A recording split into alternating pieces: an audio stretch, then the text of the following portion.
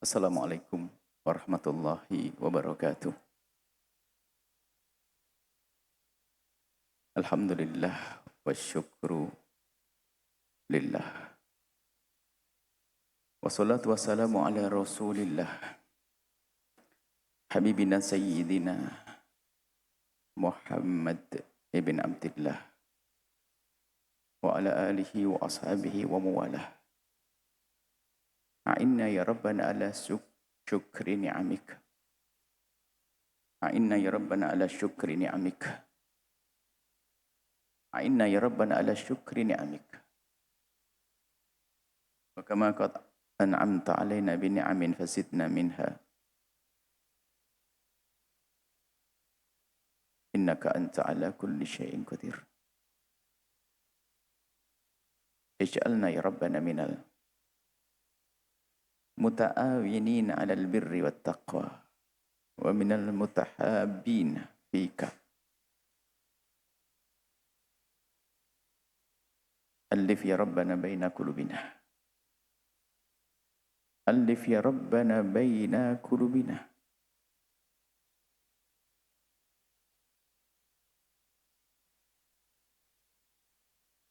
Wa kama jama'tana fi hadhihi dunya ijma'na ya Rabbana yawmal qiyamati ma'a habibika sayyidina Muhammad. Urzuqna ya Rabbana taubata qabla al-maut wa syahadata 'inda al-maut wal jannata ba'da al-maut. Amma ba'd. Yang sangat kami cintai, kami muliakan para bimbing, ustadzat, dan juga para pejuang-pejuang Baginda, berkhusus Umi Fairuz, guru kita semua. Semoga semuanya sehat, panjang umur, diberi keindahan, kebahagiaan di dunia, hingga kelak di surga. Wabil khusus yang tengah berbahagia, dan kita semuanya berbahagia. Lebih khusus lagi adalah anak-anakku semuanya. Dan di belakang anak-anakku ada para orang tua. Para orang tua. Kalian, wahai anak-anakku, saat ini tengah mensyukuri karunia agung yang Allah berikan kepada kalian. Yaitu kesempatan untuk melakukan kebaikan. Dan bukan main-main kebaikannya. Kebaikannya kebaikan sebaik-baik kebaikan. Sebaik-baik kebaikan. Ada kebaikan sujud, rukuk, ibadah, sholat. Tapi sholat tidak akan bisa kecuali dengan ilmu. Haji tidak akan sah kecuali dengan ilmu. Puasa tidak sah kecuali dengan ilmu. Dan kalian mempelajari itu, menuntut ilmu. Dimulai dari menghafal Al-Quran semampumu. Kemudian dilanjutkan setelah mempelajari Al-Quran, kalian melanjutkan kelas tafaqquh fiddin. Kelas tafaqquh fiddin untuk memahami isi Al-Quran, syariat Nabi Muhammad SAW. Jadi kalian dalam keindahan dan keindahan jika kalian memandang dengan mata hati kalian. Kalau berbeda jika kalian memandang dengan hawa nafsu, cinta kepada gebiar dunia, dan bukan karena Allah. Memandang karena Allah itulah yang menjadikan ketentraman di batinmu. Ditandai dengan wajah-wajah ceria di saat Buya ketemu dengan sebagian dari kalian. Dan Buya husnudon kalau mereka mewakili kalian. Buya ketemu dengan anak-anak. Buya hanya sekedar menyapa. Kamu kemana? Kelas apa ini nanti? Begitu riangnya mengucapkan kalimat lantang, terang, mengangkat tangan. Dengan bahasa kalau menunjukkan dia bangga, dia mengatakan, stay Buya. Apa yang menjadikan dia seperti itu? Sesuatu yang istimewa di dalam hatinya. Padahal mau belajar susah. Karena dia ngerti dengan susahlah untuk mendapatkan kejayaan. Dia senang hanya mendapatkan kabar, belum masuk.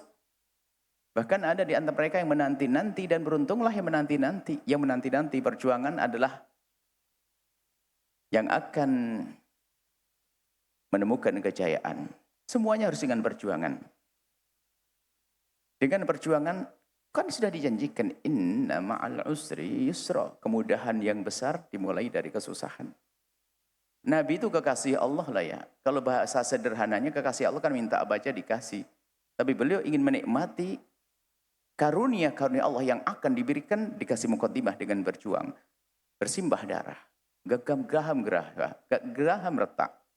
Pelipis retak, geraham jatuh. Dan banyak luka di tubuh ada baginda Nabi SAW.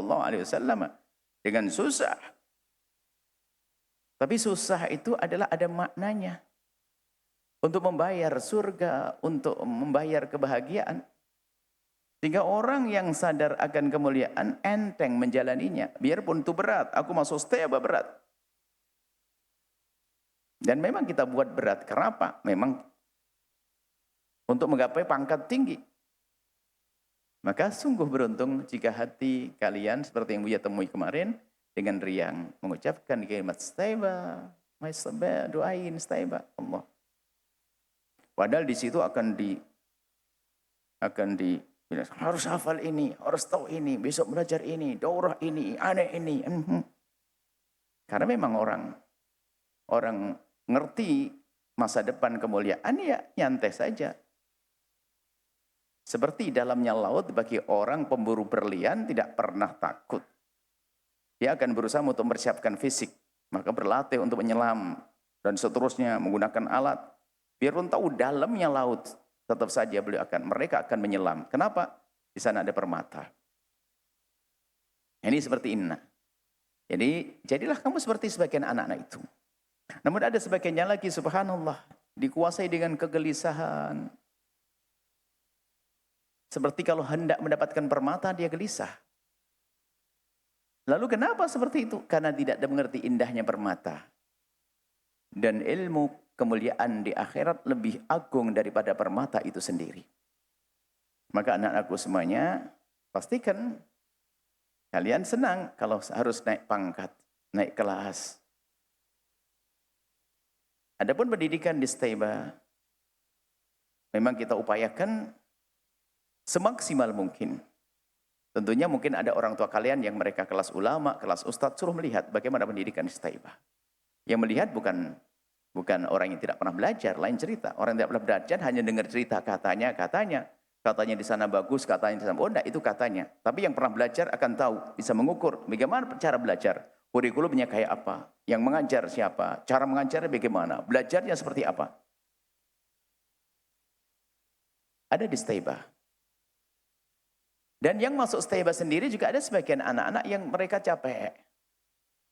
Kok bisa sangat jauh antara siang dengan malam, yang satu girangnya luar biasa. Siap belajar senengnya biasa, sampai kitabnya kalau ada berapa kitab di hadapannya.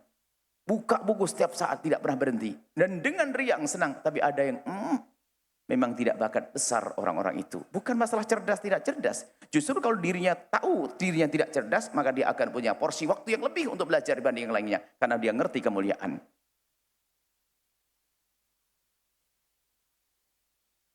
Kurangnya berlebihnya kalau aku nyelam dengan penahan nafas 2 jam, temanku sudah dapat, dia sudah berpengalaman. Tapi mungkin saya tidak akan dapat dalam 2 jam. Saya cari untuk bisa menahan nafas sampai 4 jam. Kenapa? Saya pemula. Maka dia nyelam yang 4 jam biar dapat permata. Kalau temanku menghafal 2 jam beres, saya tidak seperti dia. Saya harus 4 jam. Biasa. Saya harus bersaing dengan dia. Itu orang-orang cerdas. Menyelesaikan masalah adalah dengan tetap maju, tidak boleh mundur. Dengan dirinya dulu bersaing. Aku tidak boleh seperti ini. Aku tidak boleh malas-malasan. Itu sayang. Jadi ada loh ya. Kenapa kamu, sebagian dari kamu kok tidak seperti yang lainnya misalnya? Semoga tidak ada di sini. Kenapa ini bisa riang, kamu tidak bisa riang? Apa sebabnya? Apa yang menjadikan sebab tidak riang? Sementara kalian untuk menjadi penerusnya Rasulullah SAW akan dihantarkan ke sana. Yang masuk Staiba. Yang menghafal Quran, masuk kelas tafakuh. Dan kelas tafakuh itu semuanya kita buat percepatan. Jadi masuk menghafal Quran jangan dihitung. Anggap saja seperti Buya itu masih sekolah SMP dulu. Karena belum ada pondok kecil, baru setelah itu mondok usia SMP. Usia SMA. Mondok usia SMA. Jadi Quran itu di Al-Bahjah kita jadikan TK alias muqaddimah mondok. Jadi kalau menghitung, untuk dibandingkan dengan pondok yang lain, hitunglah di saat kalian masuk tahqiq, masuk tafaqquh fiddin. Tafaqquh fiddin i'dad. Kalau bisa percepatan, i'dad 1 tahun. Arabi, Nahwu Sharab, Arabiyah, Tahqiqul Mutun 5 tahun. Kemudian kalian banding mana pondok yang belajar serius ya pondok yang benar belajarnya, yang mencetak ulama, bukan hanya pondok-pondokan begitu, tidak. Pondok yang telah mengeluarkan ulama dan bisa membaca kitab berbahasa Arab dan ini semuanya yang kuat. Ilmu nahwu, sharaf, fikih, mantek segala macam ada di Staiba. Bandingannya harus seimbang dong, jangan banyak asal mondok 4 tahun khatam selesai, 5 tahun lulus, bukan itu, harus standarnya yang serupa dong, sebanding. Berapa lama di sana? Biasanya ada ibtida. Kalian masuk ibtida 4 tahun atau 6 tahun. Ibtida 4 tahun. Setelah masuk ibtida 4 tahun, kalian masuk tsanawiyah. Tsanawiyah di sini kan sebenarnya kelihatan ya, tsanawiyah 3 tahun. 4 tambah 3, 7. Itu kalau ibtidaknya 4 tahun. Kalau ibtidakmu 6 tahun ya jadi berapa? Anggap saja kalian tengah-tengah deh. Ibtidak 3 tahun, 4 tahun deh. Ibtidak 4 tahun. Kemudian tsanawiyah 3 tahun, sudah 7 tahun. Setelah tsanawiyah 7 tahun, aliyah dengan tsanawiyah 3 tahun, 7 tahun, ditambah aliyah 3 tahun, 10 tahun. 10 tahun. Baru setelah itu berpikir, kadang-kadang melanjutkan kuliah, kadang-kadang ini dan sebagainya. Dan mereka jadi ulama dan hebat. Sehingga di kampus-kampus mereka memimpin rombongan. Karena sekolahnya benar dalam tempo yang panjang. Staiba, Al-Bahjah, Tafaqquh fiddin 5 tahun. Inilah mulai dihitung perjalananmu mondok. 5 tahun. Setelah 5 tahun, kalian dianggap selesai di Tafaqquh fiddin. Artinya kalian di tafaqquh fiddin itu kan kelas tafaqquh tahqiqul mutun khususnya. Kalian itu dibekali suruh misalnya cari keranjang, pisau, gunting dan sebagainya. Tinggal nanti dimasukkan ke taman buah, kalian tinggal memetik buah di situ. Karena memetik buahnya di Staiba itu ilmu bermacam-macam ada yang kalian ambil. Maka dengan bekal yang sudah kalian dapat di saat kalian berada di Staiba, di tahqiqul mutun, maka kalian sudah punya bekal, tidak usah takut. Sudah sesuai. Nah kemudian kalian setelah 5 tahun di Tafaqquh fiddin, 4 tahun di Staiba. Berarti 9 tahun kalian sudah S1. Dengan kuat syariahnya, agama kuat. Bukan itu saja, lingkunganmu yang terjaga dan hanya orang mulia yang senang dijaga. Kecuali wanita rendah. Tidak senang dijaga. Dan kalian wanita mulia senang dengan penjagaan. Pergaulan sangat terbatas, hanya orang-orang baik, lingkungan yang baik, yang ingin mengganggu kalian pun susah, orang komunikasi dengan kalian susah. Ini membantu kalian untuk sukses. 5 tahun plus 4 tahun, kalian sudah S1. Setelah itu kalian ingin nambah, lanjutkan. Ini adalah yang masuk Staiba. Dari tahfidzul Quran baru masuk Tafaqquh fiddin. Kemudian anak-anakku semuanya, di sini juga ada nanti, mungkin ada yang hatinya kuat, mencari kemuliaan. Tapi pikirannya mungkin kurang mantap, bukan dari hatinya tidak mantap, pikirannya kurang mantap. Barangkali hafal 1 lupa 2 misalnya, atau susah menghafal, susah ini, tapi hatinya jernih. Menghafal Quran bertahun-tahun, tapi baru hafal 5 juz. Buya sampaikan, jangan remehkan 5 juz Al-Quran loh ya. Mahal. 5 juz Al-Quran. Kalau orang sudah menghafal 5 juz, kalau jadi guru Quran pasti bagus. Karena menghafal 5 juz tidak gampang. Apalagi jika orang itu yang hafalannya lemah untuk bisa menghafal 5 juz itu seperti orang lain 30 juz. Karena mengulang-ulangnya latihannya. Karena apa? Capek dia menghafal. Kok bisa dia? Berarti dia hebat sebetulnya. Bacanya bagus. Ilmu tentang tajwid dan makharijnya semuanya akan bagus. Kenapa? Insya Allah dia mampu untuk dijadikan guru pengajar Al-Quran. Maka bagi anak tahfidzul Quran yang mungkin tidak ingin masuk kelas Tafaqquh fiddin, Maka nanti akan dibuatkan program khusus menjadi guru Al-Quran, tapi dengan catatan guru Al-Quran yang juga ngerti halal haram, dibuatkan kurikulum sendiri. Tinggal nanti kalian mengajukan. Cuman ini kalau kalian punya kecerdasan yang cukup, jangan dong, sayang. Dan ketahuilah, bagi yang merasa dirinya tidak cerdas, tidak harus gagal. Ingat, kalau Allah tidak memberikan kepada kita kecerdasan, pasti Allah akan mengganti yang lain. Karena Allah Maha Adil. Makanya jangan suka berprasangka buruk kepada Allah. Yang dikurangi kecerdasannya, dikurangi kekuatan hafalannya, kadang Allah beri sesuatu yang lainnya. Kadang terlihat dan kadang tidak terlihat. Yang tidak terlihat adalah kadang keberkahan hidupnya. Dulu waktu mondok kayaknya biasa-biasa saja. Enggak prestasi, enggak juga ranking 1. Bahkan pernah juga enggak naik kelas. Tapi kenapa kok berkah? Itulah yang Allah gantikan. Maka husnudonlah kepada Allah. Biarpun ada yang berat menghafal, berat belajar dan seterusnya, Allah Maha Kasih. Walladzina jahadu fina lanahdiyannahum subulana. Kalian serius, Allah akan kasih. Kemudian yang ditahqiqul mutun, kemudian aduh saya mohon maaf macam-macam. Saya kayak kalau masuk seteba ada hal yang harus aku pikirkan gini. Akan direncanakan kalian. Kalian sudah masuk tahqiqul mutun, sangat mampu untuk jadikan guru-guru yang hebat nanti direncanakan dulu. Tidak harus masuk seteba misalnya. Tapi program kilat setahun, pengkaderan setelah 2 tahun diarahkan menjadi ibu yang soleh, yang baik. Yang ke depan bisa mendampingi suami yang soleh, mudah, bisa. Yang jelas adalah tidak boleh hati kotor, kemudian hati berontak, nuruti hawa nafsu, sehingga lupa. Di saat berada di jalan yang lurus, kenapa dia keluar dari tempat yang mulia. Hati-hati anak-anakku semuanya, jangan sampai ada di hati kalian tiba-tiba kerinduan untuk hengkang dari kemuliaan ini. Kemudian bahkan mungkin ada di antaranya, mungkin ada yang paling terakhir ini. Dan paling terakhir ternyata paling cepat dalam berjuang. Saya belajar sudah enggak minat, enggak kuat, Quran enggak punya, tafakuh enggak mampu. Tapi dia punya hati. Kalian bisa dikader menjadi apapun yang bermanfaat. Sehingga ini akan dilatih untuk berjuang, menjadi pejuang. Dengan bekerja yang bermanfaat untuk umat, tentunya mungkin mikir keluarganya, yang harus bantu keluarganya tidak mampu dan sebagainya. Nanti akan dipikirkan, tapi direncanakan. Sehingga dia punya ilmu. Sehingga dia bisa berjuang, bekerja dalam waktu singkat. Dia bisa berjuang untuk pondok. Dan ini yang perlu kami hadirkan. Intinya apa? Tidak ada anak yang di Al-Bahjah kecuali ia menemukan yang ia cari. Makanya Buya ingin membuat bermacam-macam jaring lah. Jangan sampai ada di antara anak-anak tiba-tiba ingin keluar dan sebagainya. Naudzubillah, sedih. Tidak tahu hatinya ada di mana. Terus apa yang ada di pikirannya?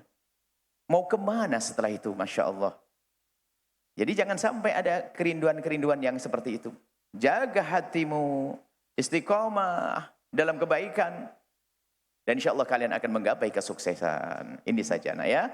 Tolong ya, jaga hatimu. Kita selagi bertemu jangan berpisah. Jangan berpisah. Kalau mungkin ada pondok lain kamu pengen ke sana, apa yang kau cari di sana? Kalau betul di pondok itu punya kelebihan, Buya diajari guru Buya. Jangan merasa pondokmu paling bagus. Jika kamu dengar ada sebuah pondok ada kelebihannya, kau cari, datang ke sana dan ambil kelebihannya. Mana nak? Kalau ada pondok yang kamu anggap punya kelebihan, tunjukkan ke Buya. Buya akan kirim tim untuk survei ke sana, lalu kita adopsi kelebihan yang ada di sana agar ada di sini. Semuanya seperti itu. Nah, kita ingin membuat kemajuan-kemajuan demi kalian semuanya. Para guru setiap siang malam berpikir untuk kemajuan kalian. Mereka dengan luar biasa berjuang tulus karena Allah Subhanahu wa taala untuk kalian. Dan juga kepada para orang tua, para wali santri yang meringankan perjuangan anak-anak Anda adalah kepasrahan orang tua. Masya Allah. Ada orang tua yang Masya Allah bukan orang tua kalian. Belum apa-apa anaknya pengen dibawa pulang. Ada pengen suruh kuliah di luar, sekolah di luar dan sebagainya.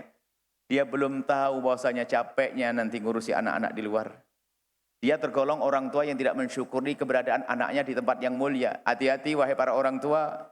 Jika Anda tidak mensyukuri karunia agung anak Anda yang hidup, ayam, tentrem di tempat mulia, lalu Anda tidak mensyukuri, kemudian Anda berpikir macam-macam, Allah akan hukum sebelum hukuman di akhirat. Na'adzabillah syadid. Sehingga apa? Anda baru seminggu sudah dibikin susah oleh anak Anda. Kenapa? Anda tidak tahu syukur dikarunia oleh Allah anak yang mau tinggal di pondok dengan ketenteraman hatinya. Anda punya pikiran yang aneh-aneh. Dengan alasan, saya akan jaga dia. Anda tidak akan mampu. Anda harus bekerja, wah ibu. Wahai bapak, Anda harus bekerja. Anda harus punya kesibukan lain, punya ngurusi anak. Sementara kalau di pondok ada pagar, ada guru-guru yang membangunkan setiap pagi, sore menemani dan seterusnya. Lah kok ada orang tua yang pikirannya aneh-aneh?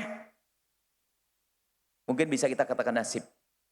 Nasib kasihan, perlu dikasihani anaknya juga nasib. Bukan nasib baik. Kenapa? Dia akan keluar dari tempat yang mulia. Dan sudah banyak contohnya dan rata-rata. Setiap orang tua yang tiba-tiba mengambil anaknya tanpa musyawarah dan sebagainya, baru beberapa hari berkata, apakah tidak boleh anak saya masuk lagi? Kami hanya bisa menjawab bahwasanya, di sini bukan penitipan sapi, ini adalah anak solehah. Anak soleh, kok enak saja diambil semaunya dititipkan, diambil semuanya dititipkan. Karena wahai para orang tua, anakmu bukan sekedar anakmu jasad. Tapi dia punya pikiran, dia punya hati, punya perasaan, punya fitrah, gharizah, apa namanya fitrah, hawa nafsu, ada syahwat dan segala macam. Dan itu semua perlu ditata. Kalau tidak akan liar syahwatnya, pemikirannya dan seterusnya. Maka para orang tua yang sudah anaknya baik-baik, ternyata malah begitu mudahnya untuk diambil. Ingat, ini tanda cinta kami untuk Anda, wahai para orang tua. Akan merasa sedih nanti, penyesalan. Kemudian juga kami ingatkan, kemarin kami dikagetkan, Masya Allah, para orang tua kok tidak ada ikatan dengan pondok. Yaitu termasuk menjadi sebab, ya anaknya itu ya kurang lancar di dalam belajar. Kenapa? Tidak punya ikatan. Ikatan itu tidak harus bayar, Pak, Bu. Maksud kami ibunya ikatan dengan pondok tidak harus Anda bayar. Tidak. Ya kalau Anda kaya boleh membantu pondok atau berjuang di pondok. Paling tidak Anda punya kecemburuan dengan pondok. Sampai kemarin ada wali santri sebutin kemarin oleh ketua komite. Katanya ada tanggungan para wali santri dan sebagainya. Akhirnya hanya kami sampaikan. Jika ada wali santri punya tanggungan agar dia tidak punya dosa di hadapan Allah, kita husnudon. Semoga wali santri yang memang tidak membayar itu adalah memang karena mereka orang fakir. Semoga mereka memang orang fakir. Sehingga karena orang fakir tidak mampu, tidak dosa. Tapi kalau orang mampu, zalim kepada anak-anaknya. Zalim kepada anak-anaknya. Anaknya di sini tidak membayar untuk anaknya saja, nggak mau. Bagaimana ini? Sementara di sana ada orang yang bukan anaknya di sini, bukan ponaknya di sini, ngasihnya bukan hanya 50.000, 100.000, miliaran, ratusan juta. Kenapa? Mereka kenal Allah, rindu kepada kemuliaan di hadapan Allah Subhanahu wa taala. Ini kadang wali santri nggak pernah punya ikatan. Tidak punya ikatan dengan gurunya, guru anak-anaknya. Lalu bagaimana anaknya nanti bisa menjadi lancar dalam menuntut ilmu? Dan juga kabar gembira buat anak-anakku semuanya. Mungkin anak-anakku, ada orang tua kalian yang belum dekat sekali dengan Buya, kalian tidak usah gelisah. Barangkali hatinya sudah rindu, cuma tidak berani atau belum bisa. Cuman yang benar-benar ada cuek, tidak peduli dan sebagainya. Bahkan impiannya adalah untuk mencabut anaknya, membawa anaknya. Berarti dia adalah orang tua yang tidak punya sambung hati dengan tempat mulia. Ya efeknya begitu. Sehingga anaknya mau dibesarkan jadi susah. Dia buru-buru ingin mencabutnya. Maka kami ingatkan kepada para orang tua, tolong. Anak Anda jaga. Kami cinta kepada anak Anda. Mereka harus sukses. Mereka harus mulia. Tidak boleh ada yang mengganggu mereka. Kemudian urusan hal-hal yang seharusnya Anda berikan. Kewajiban-kewajiban Anda lakukan. Karena ternyata ini yang sering dilupakan. Makanya tadi kami ingatkan. Tolong ini diingatkan kepada forum wali santri. Sebab kalau sudah terlanjur numpuk, repot. Bagaimana zalim kepada anaknya seperti anaknya nggak dikasih makan, nggak dikasih apa-apa. Bukankah itu orang tua yang sangat zalim? Di sini adalah wali santri itu menjamin temennya ada 5 atau 6 membiayai beasiswa. Bukan mikir anaknya saja. Sekarang ada orang mikir anaknya saja nggak bisa. Sudah begitu berharap semoga anakku jadi orang alim. Alim dari mana? Wong Anda sendiri tidak merindukan dia alim. Oh soleh dari mana? Wong Anda sendiri tidak membiayai, tidak mengurusinya. Maka hati-hati para orang tua, para wali santri yang cuek. Bahkan ada sebagian pengurus itu katanya telepon tidak dijawab pasti. Marah-marah lagi. Masya Allah. Saya hanya berdoa, tolong didoain yang banyak anaknya agar betah. Cuma biasanya kalau orang tua semacam itu anak yang dihukum nanti. Kenapa? Karena anaknya kan bagian daripada miliknya orang tua. Sehingga susah menuntut ilmu. Maka kami Buya kasih kabar gembira anak-anakku semuanya. Jika ada di antara kalian orang tuanya belum dekat dengan pondok. Kalian tidak usah sedih ya. hanya kalian saja yang berjanji untuk bisa dekat dengan pondok, nanti akan diberi oleh Allah, akan dimaafkan semuanya. Tapi kalau sudah kompak, naudzubillah, sudah belajar lama-lama, impiannya adalah untuk meninggalkan pondok pesantren. Sedih, ini saja ya anak-anakku solehah semuanya. Buya senang dengan kalian. Mana masuk Ustazah? Syukran sayangnya, belakang. Hah? Ya, oke sayang, masuk tafakuh? Masya Allah, syukran sayang ya. Semangat. Tafakuh dengan formal enggak ada beda, semuanya mencari ridho Allah, enggak usah sombong-sombongan. Sombong itu runtuh. Dipikir kalau tafakuh adalah, wah tafakuh ini sekolahnya orang luar. Siapa bilang banyak anaknya bos di situ kok. Di sini enggak ada bos, enggak ada orang fakir. Enggak ada yang kaya ditampakkan sebagai orang kaya, yang melarat tampak sebagai orang melarat, enggak ada. Di sini enggak ada melarat kaya. Yang ada adalah orang serius menuntut ilmu. Semuanya sama. Semuanya berhak untuk mendapatkan kemuliaan dengan ilmu. Ini saja sayang ya. Semoga Allah menjaga kalian. Bismillah, kita tutup dengan doa. Bismillahirrahmanirrahim. Alhamdulillahirrahmanirrahim. Allahumma salli ala habibina Sayyidina Muhammad. Wa ala Sayyidina Muhammad. Allahumma ya Allah ya Rahman ya Rahim. Pandang kami, anak-anak kami, para guru, para pejuang, dan juga para orang tua santri. Pandang mereka dengan kasih sayang-Mu ya Allah. Berikan kepada anak-anak kami kesuksesan dunia akhirat. Jika mereka sukses, ya Allah, kami akan mendapatkan bagian kemuliaan. Jika mereka sukses, ya Allah, para orang tua pun mendapatkan kemuliaan. Jika mereka sukses, ya Allah, semua yang berjuang untuk mereka mendapatkan kemuliaan. Sungguh ya Allah, kami mencintai mereka. Cintailah mereka. Kami tidak rela jika ada satu di antara mereka yang gagal, ya Allah. Ya Allah, berikan kepada hati mereka kekuatan, ketabahan ya Allah. Hati yang kuat dan tabah untuk menuju kemuliaan hingga sampai kepada kemuliaan yang sesungguhnya kelak di sorga. Bersama kekasih-Mu Nabi Muhammad. Dan semua yang telah berjuang dari para pejuang-pejuang. Para sesepuh. Ya Allah, berikan kepada mereka keikhlasan. Ya Allah, tambahkan kemudahan untuk mereka ya Allah. Jika mereka terus bisa istiqomah dalam kebaikan, dalam kebaikan, dalam kebaikan, hingga kelak di surga. Dan juga para wali santri ya Allah, lapangkan rezeki mereka ya Allah, membiayai anak-anak mereka. Lapangkan rezeki mereka dengan rezeki yang halal penuh berkah. Sehingga bisa membiayai anak-anak mereka hingga sampai kesuksesan. Dan kami mohon ya Allah, para guru-guru yang siang malam berjuang untuk anak-anak kami. Para murakibah yang berjuang siang malam. Kami mohon ya Allah, ganti dengan segala kebaikan untuk diri dan anak-anak mereka.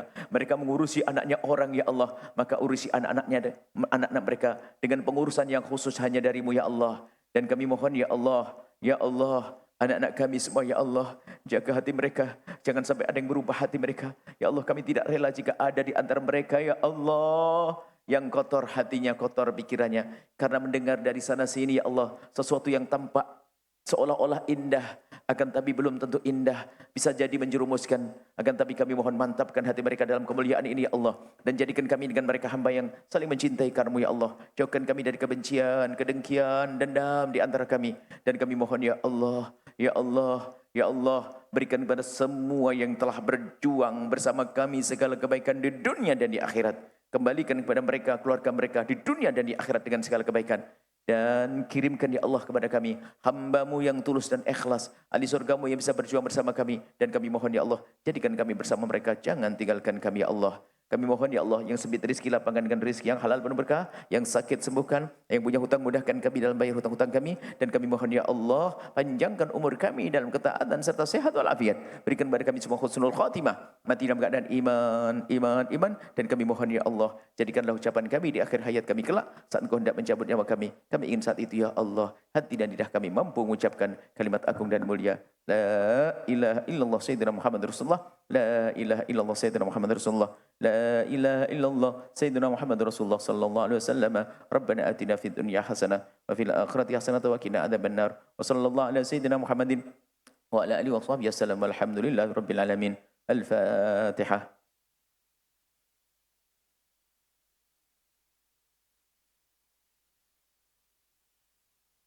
Terima kasih, mohon maaf mendak selalu. Wabillahi taufiq hidayah. Assalamualaikum warahmatullahi wabarakatuh.